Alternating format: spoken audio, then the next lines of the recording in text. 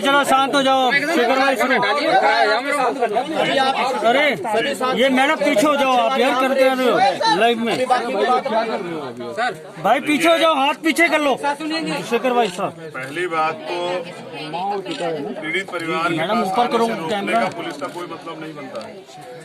अगर हम इनकी मैम कैमरा हटाओ थोड़ा सा अपना मोबाइल। इनकी बात को सुनेंगे नहीं तो आपसे क्या रखेंगे और पूरे देश को क्या बताएंगे। हम इस समाज का नेतृत्व करते हैं। हमारा परिवार यहाँ सुरक्षित नहीं है। जब इस देश में बहन बेटियों पर कोई आपत्ति आती है, जब कंगना रनावत को वायु श्रेणी की सुरक्षा मिल सकती है, तो जहाँ ये हालात है कि यहाँ 2-2 किलोमीटर में पंचायतें हो रही हैं, अपराधियों के पक्ष में पंचायतें हो रही है, यहाँ पथराव भी हो रहा है, धमकियां दी जा रही है। हमारा परिवार यहाँ सुरक्षित नहीं है।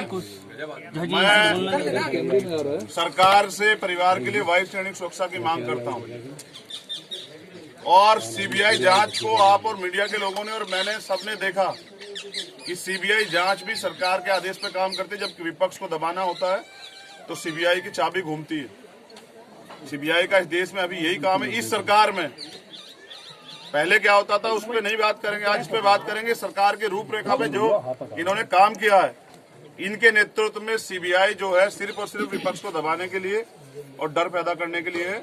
हमारी मांग ये है कि सुप्रीम कोर्ट के रिटायर्ड जस्टिस की निगरानी में ये पूरा केस चले और जांच हो।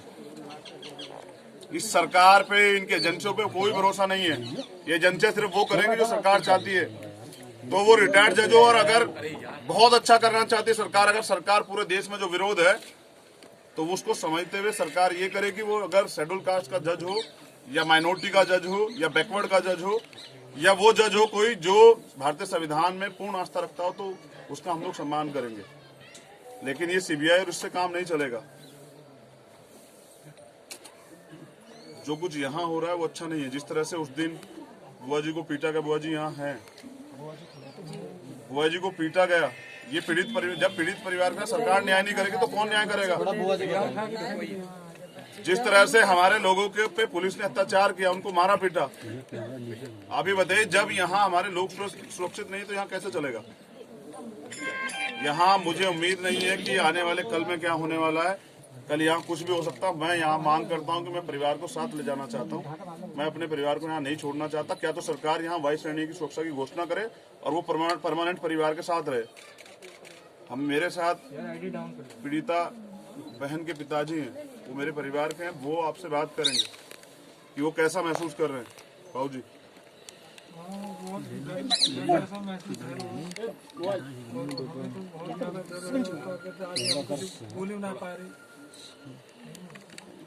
हमें तो यही है कि कम से कम तो हमें या तो भैया के संग चले जाएंगे या नहीं तो हमें सुरक्षा दीजिए।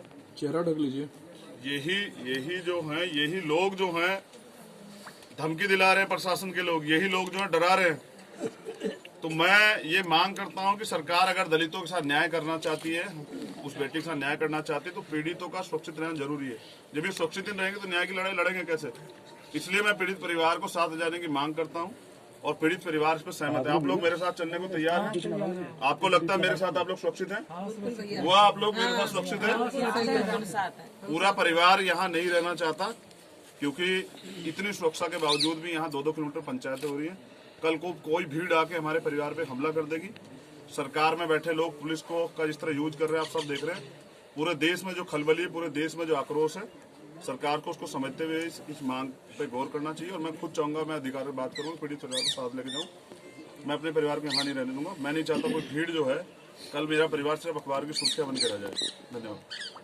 सर एक सवाल है कि थोड़ा पीछे कर लो यार मोबाइल। आप क्या मोबाइल को पीछे करिए, हजारों कैमरे लगे हैं। सीबीआई जांच हमने बहुत सारी पहले देखी है और हमने ये भी देखा कि जब भी कोई इनके सरकार के खिलाफ बोलता है, सीबीआई को लगा दी जाती है। सीबीआई भी सरकार की एजेंसी है। जब सरकार की न्याय देने की नीयत है ही नहीं, नियत होती तो जिस तरह से हमारी बहन का शव जलाया गया, जिस तरह से पीड़ित परिवार को जबरन उठा के लाया गया, जिस तरह से पीड़िता के शव को जबरन बिना हमारी जानकारी को उठा के लाया गया, इससे स्पष्ट होता है। जिस तरह से डीएम बैठ गया धमकी, ऐसे डीएम को कुर्सी पे बैठने का कोई अधिकार नहीं है और उसको कुर्सी पे रहने का कोई अधिकार नहीं। फिर भी मुख्यमंत्री ने आज तक उसको जो है जुगत रखा है। इसका मतलब वो सीएम ने जो किया है उसके कार्य से खुश है। किस कैटेगरी की सुरक्षा चाहते हैं आप परिवार मैं वाइस श्रेणी की सुरक्षा चाहता हूं। जब यहाँ कंगना रनौत को सुरक्षा मिल सकती है तो पीड़ित परिवार को क्यों नहीं मिलती, जबकि एक्ट में ये प्रावधान है। एक्ट को सही तरह से इम्प्लीमेंट नहीं किया जा रहा है। मैं परिवार यहाँ सुरक्षित नहीं है और परिवार के लोग इस बात का समर्थन कर रहे हैं। आप परिवार के लोगों से जान लीजिए, पीड़िता के भाई यहाँ खड़े, संदीप, हम आप लोग यहाँ सुरक्षित हैं। आप कहाँ ले जाना चाहते हैं? मैं अपने घर ले जाऊंगा। ठीक है। और जहाँ मैं रहता हूँ, हाँ हाँ मैं गारंटी देता हूँ, अगर प्रशासन सुरक्षा नहीं करता तो बताए, भीम आर्मी के 10,000 लोग यहीं पर मैडम, आप पीड़ित परिवार सुरक्षा अपना करेंगे। मोबाइल वो अथॉरिटी दे, मैं करूंगा सुरक्षा। एसआईटी प्रूफ के बारे में आपको कुछ कहना है? जो प्रूफ मैंने क्या कहा, एसआईटी जांच कर रही है उस बारे में पूछ मैंने बताया ना, जांच ही चल रही है और जांच चलती रहेगी। और जिस तरह की कार्यशैली है, मुझे ये भी नहीं पता कि कल मेरे परिवार को आरोपी बना दिया जाएगा। चंद्रशेखर भाई, एक खास तरह के जज की आपने बात कही कि जज ये होना चाहिए, क्या इसके पीछे वजह है? वजह ये है, मैंने बहुत सारे ऐसे आदेश देखे हैं जिनके बाद सरकार ने प्रमोशन किए हैं।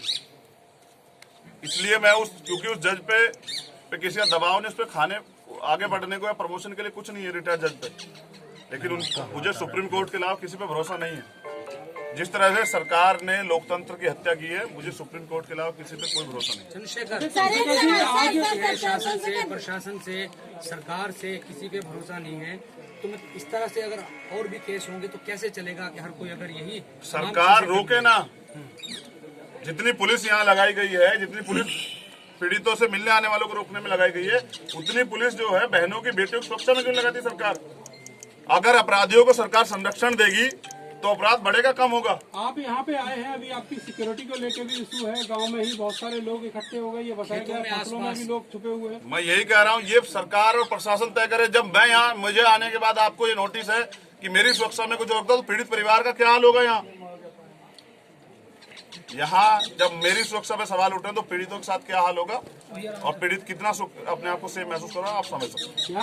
ये बोला जा रहा है कि जातिगत मामला नहीं है, तो आप इसके बारे में क्या कहेंगे? लोग बोल रहे हैं कि जातिगत मामला क्यों बना? बेटी है तो बेटी ही किसी की भी हो सकती है, सर ऐसा भी बोला जा रहा है।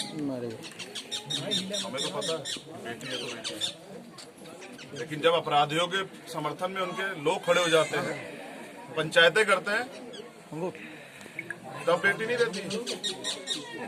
मैं अपने लोगों के साथ खड़ा हूँ और इसके अलावा मेरे पास कुछ नहीं है कहने को। अगर सरकार हमारी मांगों पे अमल नहीं करेंगे तो मैं सर विधानसभा घेरूंगा यहाँ से जाके। मुख्यमंत्री चैन से नहीं सोएगा, अगर मेरा परिवार डर में सोएगा तो मुख्यमंत्री भी चैन से नहीं सोएगा। हम लोग विधानसभा घेराव करेंगे अगर मेरी मांगों पे, परिवार की मांगों पे गौर नहीं किया जाएगा। मेरी मांग वही है जो परिवार चाहता है। सर, पीड़ित परिवार से सवाल है पिताजी से कि क्या आपको डर लग रहा है, कि आपको चिंता है अपने परिवार की सुरक्षा की? एक बार दोबारा दोहरा दीजिए और क्या मांग है आपकी, ये बता दीजिए। क्या कोई धमकी क्या है? क्या हमें तो यहाँ डर है, चौकीदार इतना रहने में सुरक्षित महसूस ना कर रहे, क्योंकि इतना दबाव भी है चारों तरफ से, तो आदमी कैसे सुरक्षित रह सकता है? अपने भाई के साथ रहना चाहते हैं। हमारा घर है, हमारे दिल्ली में भी घर है। हम तो भैया के संग चले जाएंगे, हम आराम से रहेंगे। अगर मैं होता तो पीड़िता की, मेरी बहन की लाश को इस तरह नहीं जलाया जाता, और ये आप और सब लोग जानते हैं। अपराधियों को बंद करे, अपराध बंद कराए सरकार, पीड़ितों को बंद करने का काम ना करे। चंद्रशेखर जी, आप अभी पीड़ितों को ले जाएंगे अपने साथ, लेकिन अगर इस तरीके से प्रशासन पर और गांव में आप पर भरोसा नहीं, तो आप कब तक उनको अपने साथ रखेंगे? इसके बारे में क्या विचार है? मैं तो इसी काम के लिए जन्मा हूँ। मेरा काम ही है कि अपने लोग सुरक्षा करूँ, और आप मुझे जानते भी इसी बात से। मैं जब तक जीऊंगा अपने परिवार सुरक्षा करूंगा। और अगर हम लोग सत्ता में होते तो क्या हिम्मत थी अगर हमारा परिवार यहाँ सुरक्षित महसूस करता? आप थोड़ा साइड पर भी मोबाइल कर सकते हैं। चलो, हो गया, कोई नहीं।